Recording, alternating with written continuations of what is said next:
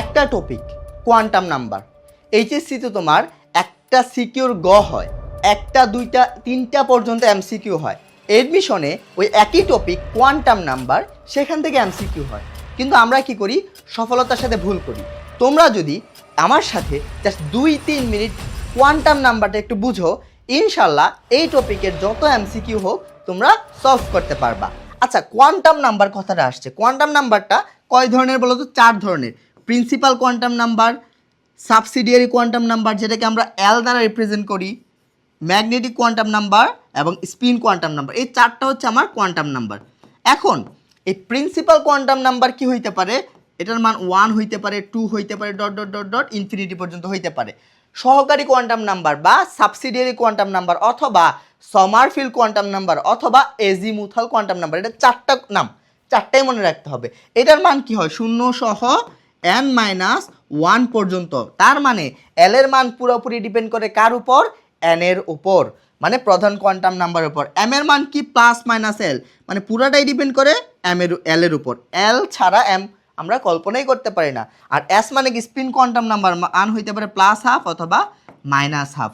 এটা আমার গ্রসলি কথাবার্তা। এখান থেকে আরেকটু জিনিস জানতে হবে, প্রিন্সিপাল কোয়ান্টাম নাম্বার দিয়ে কি রিপ্রেজেন্ট করা হয়? পরমাণুর আকার। কি বললাম? সরি, অরবিটের আকার। এটা দিয়ে কি রিপ্রেজেন্ট করা হয়? আকার, অরবিটের আকার। অরবিটের আকার। আকার ইংরেজি কাচ্চারা বলো? আকার মানে সাইজ, নট শেপ। ওকে। আর সহকারী কোয়ান্টাম নাম্বার দিয়ে কি প্রকাশ করা হয় বলো তো? উপশক্তি স্তরের আকৃতি, উপশক্তি স্তরের আকৃতি, আকৃতি রিপ্রেজেন্ট করা। এম কি? চৌম্বক কোয়ান্টাম নাম্বার। এটা দিয়ে কি করা হয়? অরবিটালের ত্রিমাত্রিক দিকবিন্যাস, অরবিটালের ত্রিমাত্রিক দিকবিন্যাস।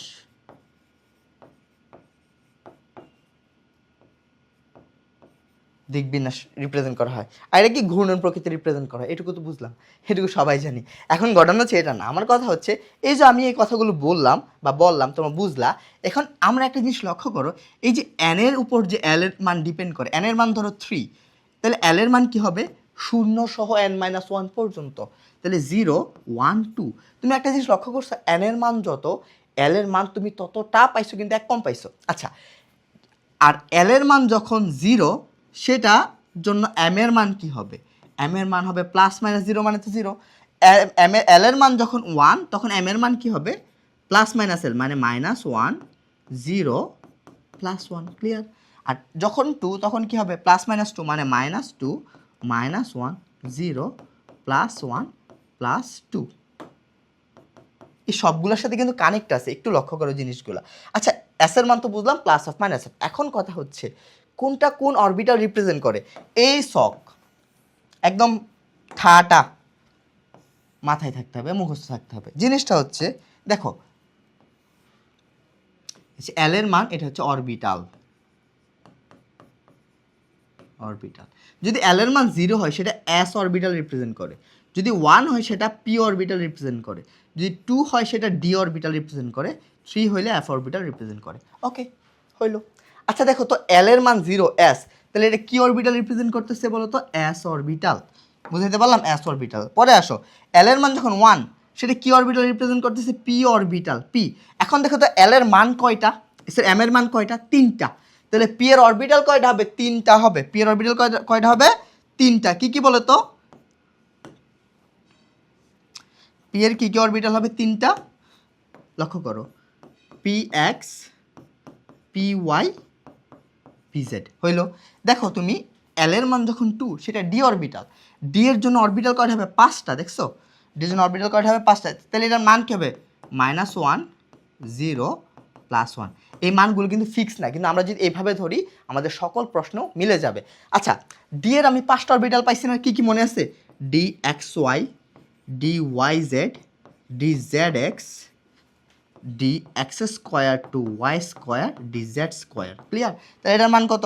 -2, -1, 0, +1, +2। তাহলে আমার এই কোয়ান্টাম নাম্বার সম্পর্কে এই তথ্যগুলো জানা থাকতে হবে। আমরা একাডেমিকে এটা ভালো করে পড়ি না, কিন্তু এডমিশনের জন্য তো লাগবে। তো আমরা একাডেমিকে কি এই জিনিসগুলো একদম ভালো করে পড়ে যাব।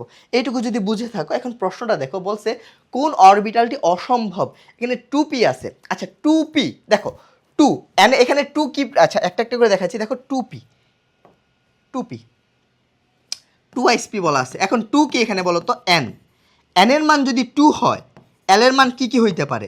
0 1 পর্যন্ত হইতে পারে। যদি 0 হয় সেটা s অরবিটাল, 1 হইলে সেটা p অরবিটাল। তাহলে এটা সম্ভব, কারণ 2 এর জন্য 1 পাচ্ছি l এর মান, আর 1 এর জন্য তো p সম্ভব।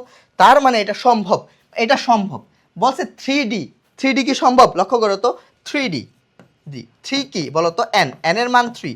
তাহলে l এর মান কি পাবা? l এর মান পাবা 0 1 2। 0 এর জন্য তো s অরবিটাল, 1 এর জন্য p অরবিটাল, 2 এর জন্য d অরবিটাল। এই যে একটু আগে দেখাইছি, তাহলে এটাও সম্ভব। এখন দেখো তো 4f সম্ভব কিনা। 4f সম্ভব কিনা। 4 মানে কি? n এর মান 4। তাহলে l এর মান কয়টা পাবা বলো? 0 1 2 3। 0 এর জন্য s অরবিটাল, 1 এর জন্য p অরবিটাল, 2 এর জন্য d অরবিটাল, 3 এর জন্য f অরবিটাল। তাহলে এটাও আমার সম্ভব। কিন্তু ভাই 3f, এটা একটু লক্ষ্য করো, 3f কি সম্ভব? 3f এটা একটু দেখো 3f সম্ভব কিনা। এখানে n এর মান 3, তাহলে l এর মান কি পাবা? 0 1 2। 0 এর জন্য s অরবিটাল, 1 এর জন্য p অরবিটাল, 2 এর জন্য d অরবিটাল। কিন্তু f পাইতে হইলে তো l এর মান আমার 3 মানে লাগতো, কিন্তু 3 এর তো কখনো f অরবিটাল হইতেই পারে না, কারণ 3 এর জন্য l এর মান সর্বোচ্চ আমি 2টা পাচ্ছি, 0 1 2। 2 পর্যন্ত পাচ্ছি, মানে 3টা পাচ্ছি। 0 এর জন্য s, 1 এর জন্য p, 2 এর জন্য d। সো এটা আমার সম্ভব না, 3D সম্ভব না। তাহলে এই একটা টপিক তুমি বুকে হাত রেখে বলো, তোমার কলেজে পরীক্ষা আসছে, তোমার প্রি টেস্টে আসছে, তুমি বোর্ড কোশ্চেন সলভ করে বোর্ডে আসছে, তুমি এডমিশনের প্রশ্ন সলভ করো, আসে, তবে একটু ঘুরাই পেঁচে আসতে পারে। বুঝতে পারছো? ওকে, তাহলে আশা করি এই টপিকটা তোমার একদম ক্লিয়ারলি বোঝা হইলো, এবং কোন অরবিটালের জন্য কি কি মান, এইখানে m এর মানের উপর ডিপেন্ড করে অরবিটাল কয়টা হবে, এই জিনিসগুলো তোমরা আশা করি বুঝছো। এগুলো যদি পারো, কোয়ান্টাম নাম্বার রিলেটেড যত প্রশ্নগুলো সম্ভব মানে আসে, তোমরা ওগুলো ইনশাল্লাহ সলভ করতে পারবে। যেমন ধরো এই নিচের কোন কোয়ান্টাম নাম্বারের সেটটি সঠিক, কোনটি সঠিক না, এগুলা ওই l m n এর মানের উপর ভিত্তি করে হয়ে থাকে। তাহলে আশা করি বুঝছো। আর তোমরা যদি আমাদের প্রি এডমিশন ব্যাচ আছে, আমাদের test paper final revision course আছে, তোমরা ভর্তি হতে চাও, ভর্তি হতে পারো। সকলেই ভালো থাকো। আসসালামু আলাইকুম।